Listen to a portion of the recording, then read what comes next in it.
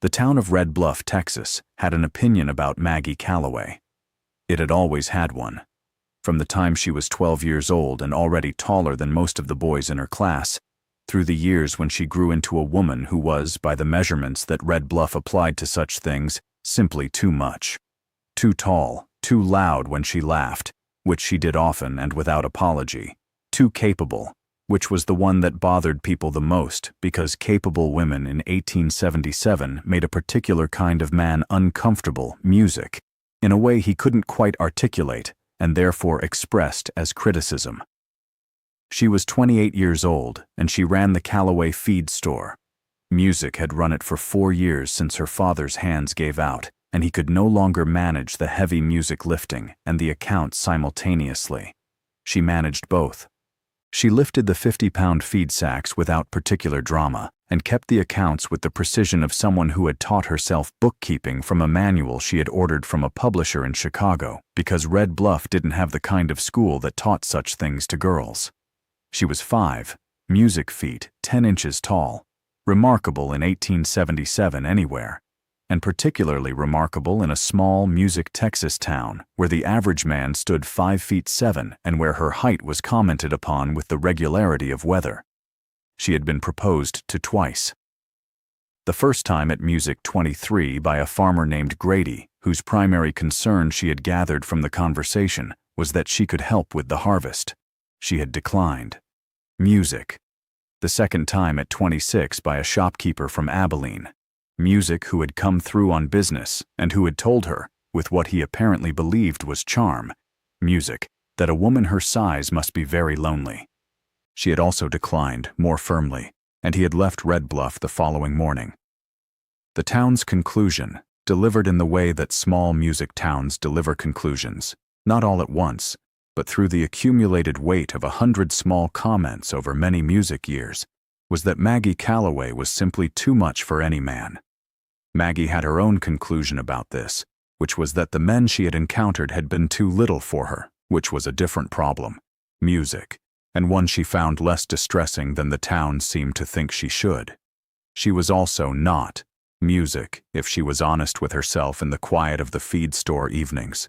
Music, when the accounts were done, and the town had gone home, and the Texas dark came down around the building, not entirely satisfied either. There was a thing she hadn't found. She knew its shape without knowing its name. She had stopped expecting to find it in Red Bluff, which had shown her most of what it had. She was wrong about that. He arrived on a Wednesday in October. His name was Cole Bridger, and he had come to Red Bluff because the nearest ranch of any size, the McCready operation, 8 miles east, Music, had hired him as their new foreman, which was a position he had earned through 12 years of cattle work in 3 states, and which he had accepted because the McCready spread was good land, and the pay was fair, and he was 35 years old, Music, and tired of moving. He came to the Calloway feed store on his first morning in town because the feed store was where a new ranch foreman went first to establish accounts and pricing and the working relationship that would govern the next several years of his professional life. He pushed through the door at 8 o'clock. Maggie was lifting a sack of grain from the floor to the shelf behind the counter. Music. A 50-pound sack handled with the efficiency of someone who has done this 10,000 times. And she set Music it in place and turned and looked at him. She was taller than he'd expected, taller than most women he'd met, Music, and taller than several men. She had dark red hair that was pinned up with the practical efficiency of someone who pins their hair to keep it out of the way, Music, rather than to make a point about it. Brown eyes, direct and assessing, a canvas apron over a dark blue dress. Music, hands that were capable. He noticed hands having worked with them his whole life. "Morning," she said. "What can I help you with?" "I'm the new foreman at McCready's," he said. "Cole Bridger. I need to set up an account." "Bridger," she said. She went to the ledger on the counter. "Music." "How do you spell it?" he told her. She wrote it without looking up. "What are your quantities?" she said. He told her that too. She wrote it down with the speed of someone who has been doing this for years. "Terms are payment on the first music of the month," she said. McCready's previous account was always current. I'll extend the same terms. Music. Appreciated, he said. Their eyes met Music in the particular way they had met when he came through the door. Direct, without performance. Two people looking at each, Music, other the way you look at something you are genuinely interested in. You new to the territory? She said. Came from Wyoming, he said. Before that, Colorado. Before that, Kansas. Long way, she said. Ready to stop? Music, he said. She looked at him for a moment with those direct brown eyes. Well, she said. Red Bluff is a decent music place to stop. So far, he said. She almost smiled. He went back to McCready's. Music. But he thought about the feed store the whole ride out. He came back Thursday, not for feed. The account was established. The first music delivery wasn't due until the following week.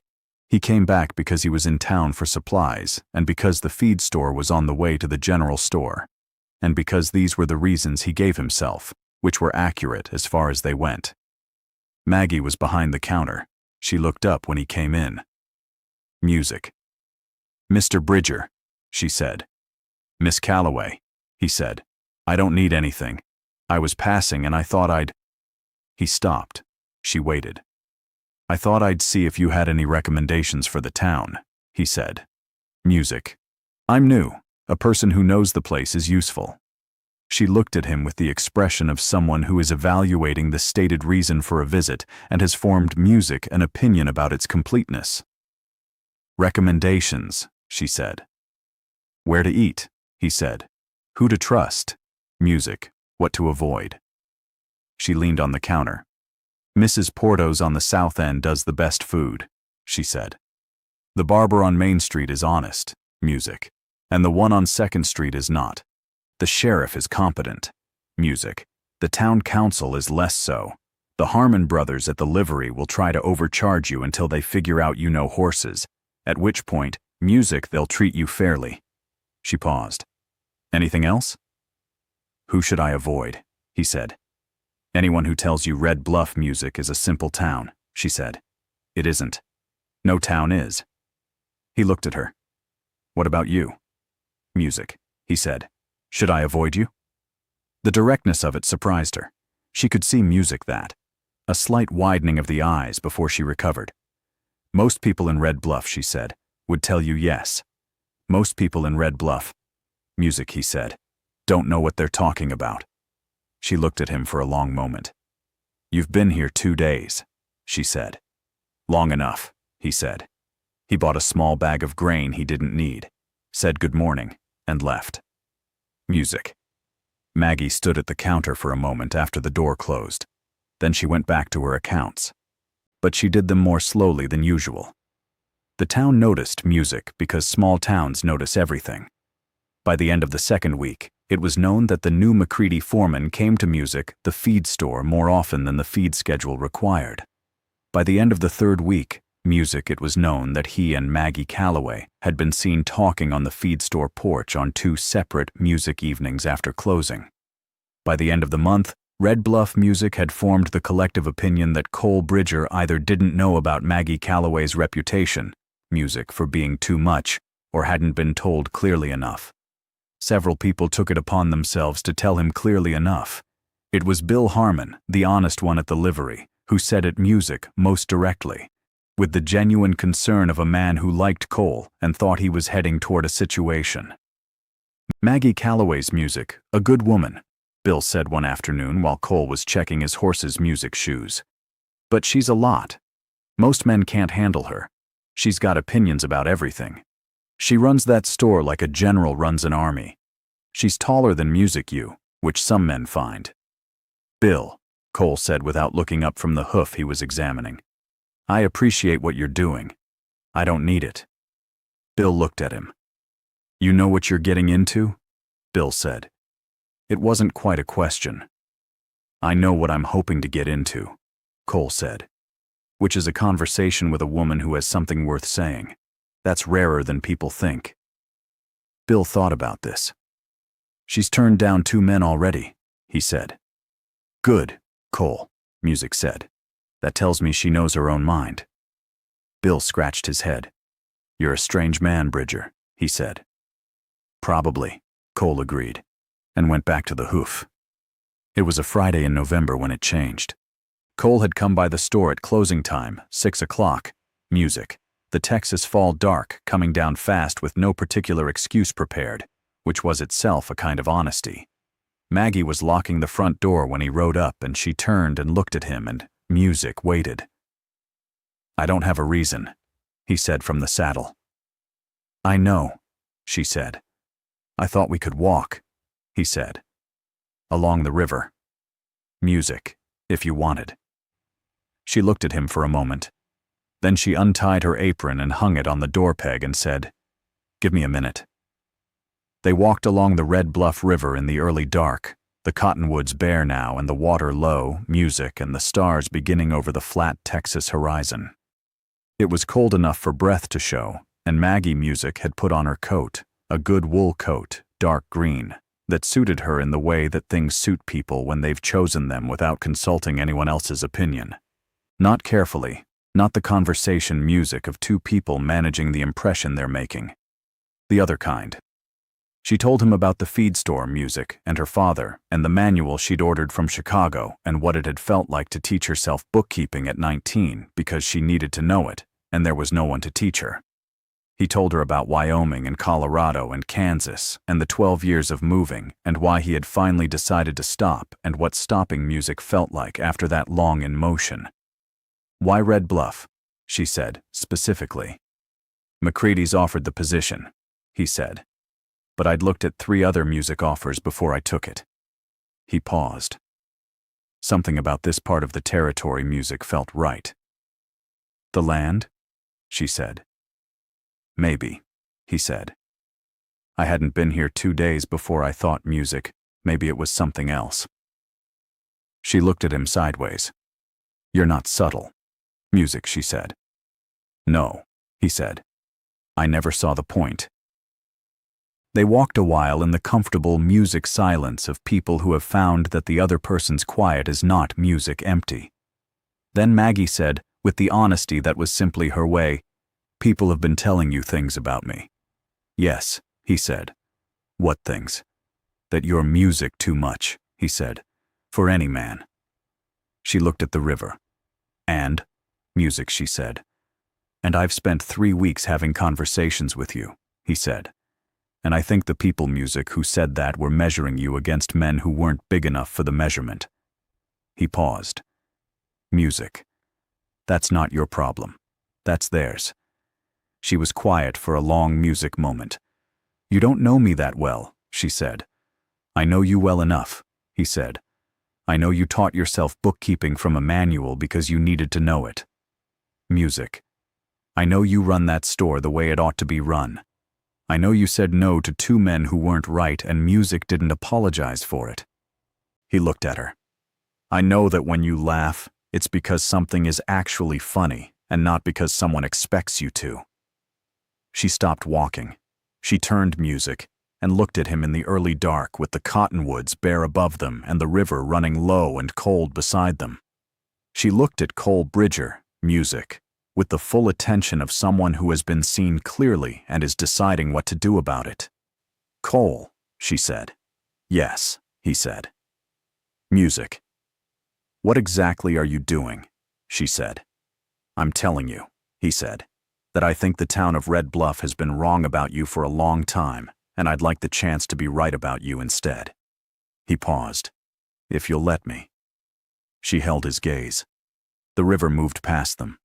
Music, and the stars came further out, and the Texas night settled in around them with the particular intimacy of cold air and open country. All right, she Music said, just that. But it was enough. December came, and with it the particular quality of Music, a Texas winter. Not Montana cold, not Wyoming brutal, but a steady gray chill that settled into the bones of the day and required a fire in the evening. Music, and the kind of company that makes a fire better. Cole and Maggie had found that company in each other. Music. They spent the December evenings alternately at the feed store after closing, where the stove was good and the lamplight was warm and the conversation went wherever it went. And at the McCready Ranch, where Cole had the foreman's house, music, and where Maggie came twice, chaperoned by the entirely transparent pretense of delivering account statements in person. The town had given up managing its opinion, music, and settled into a position of interested observation. On a Saturday morning in the middle of December, Music Cole arrived at the feed store at 7 o'clock with his horse and a second horse, a gray mare of considerable beauty, saddled and ready. And Maggie came, Music out to find 2 horses and 1 cowboy looking at her with the expression he got when he had done something he was pleased about. "What is this?" she said. "I want to show you the north pasture," he said. Music. "There's something worth seeing up there in this weather." He looked at the gray mare. "Her name is Silver." Music. "She's the steadiest horse on the McCready operation. 15 hands, deep chest, the right build." He paused. "She's the right build for you." Maggie looked at the mare, Music, then at Cole. She had not ridden in 3 years, since the last horse she had tried to borrow from the livery had been Music, with the casual cruelty of public embarrassment, too small for her, and she had been told so in front, Music, of 4 people in a way that had been intended to be humorous, and had not been. "Yo, Cole," she said. "I know," he said. "I heard about the livery." His expression said, Music, what he thought of it, without requiring words. "This is different. Silver is 16 hands." Music. "She's got the back for it. I checked the saddle myself this morning." Music. He looked at her. "Just sit down and let me show you." She looked at the mare again. Silver looked back at her with the dark, patient eyes of a horse that has been selected for good character and knows Music it. Maggie Calloway was not a woman who let fear make her decisions. She put her foot in the stirrup. She swung up. And Silver, steady, solid, unbothered, stood exactly as she should, taking the weight with the easy confidence of an animal that is the right size for the job and knows that too. Maggie sat in the saddle and felt the ground from a height she hadn't felt in 3 years, and looked down at Cole Bridger, who was looking up at her with the expression she was coming to know, the one that was satisfaction and something warmer than satisfaction together. "Well," he said. "Well," she said. Music. And she was smiling. The real smile, the full one. "She fits." "She does," he said. He swung up on his own horse, Music, and they rode north toward the McCready pasture in the December morning. And Maggie rode Silver with the ease of someone remembering something her body had known and been kept from. And the Texas winter opened up around them in Music, its flat gray beauty. The north pasture was worth seeing. It was a long stretch of grassland that in summer was unremarkable. Music. And in December had caught the frost in a way that made every blade stand separate, Music, and crystalline. The whole field lit by the low winter sun, Music, into something that was silver and gold, and entirely itself. A creek, Music, ran along the eastern edge and had frozen at the edges, but not the center. And the combination of moving water and still ice was a thing that required no commentary. They stopped their horses at the fence line and looked at it. "You were right," Maggie said. "I usually am about what's worth seeing," he said. She looked at him. "That's not a quality that endears you to people," she said. "Fortunately," Music, he said, "I'm not trying to endear myself to people, just to you." She looked at the pasture. "How is that going?" she said. The tone was light almost. "You tell me," he said. A pause. The frost field glittered in the low sun. "Better than I expected," she said. "When you first came, Music, through that door." "What did you expect?" he said. "Another man who would find out I was too much," she said, "and leave." Music. "Maggie," he said. "I have been looking for someone who was enough for as long as I've been looking." He turned his music horse so he was facing her directly. "You are the first person I have Music met who is actually enough." He paused. "The town has it backwards." She looked at him. The thing that she had known the shape of without knowing its name. The thing she had stopped expecting music to find in Red Bluff was sitting on a horse in front of her, music in the December frost field, and looking at her with amber eyes that were entirely serious, music, and entirely warm and entirely decided. She knew it the way you know things, music, that are true. "Cole," she said. "Yes," he said. "Music." "Ask me," she said. He asked her. She said yes. They were married in February, a simple ceremony because Maggie had no interest in elaborate, and Cole had no patience for it. Music. And the combination produced exactly the wedding they both wanted, which was the one where the important thing happened and the unnecessary things didn't. Music Red Bluff attended in full because Red Bluff attended everything. Music, and because there was an additional quality of interest in attending the wedding of a woman the town had written off and a man, Music, who had apparently not read the town's opinion on the subject. Mrs. Music Porto, who made the wedding cake, said afterward that she had known all along. Bill Harmon at the livery said he had known since the conversation about Maggie's opinions that Bridger was either very brave or very smart, Music, and had concluded it was both.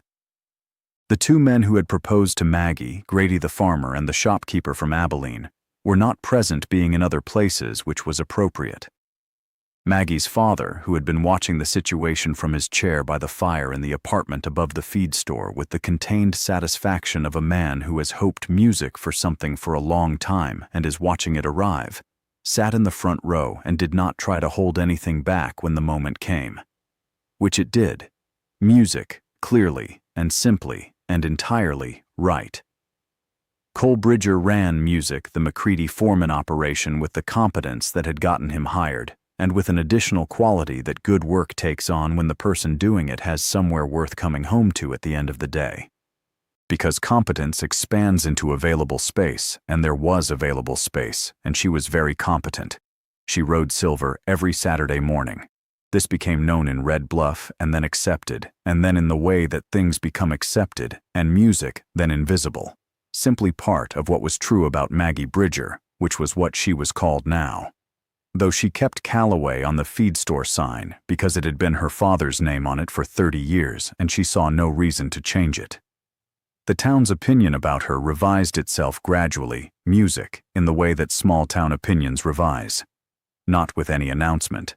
Not with any acknowledgement that a revision was occurring, but simply by the slow replacement of one set of comments with another. Music. She was, and this was said with the particular approval that communities give to people who have found their right place, exactly right, which she had always been.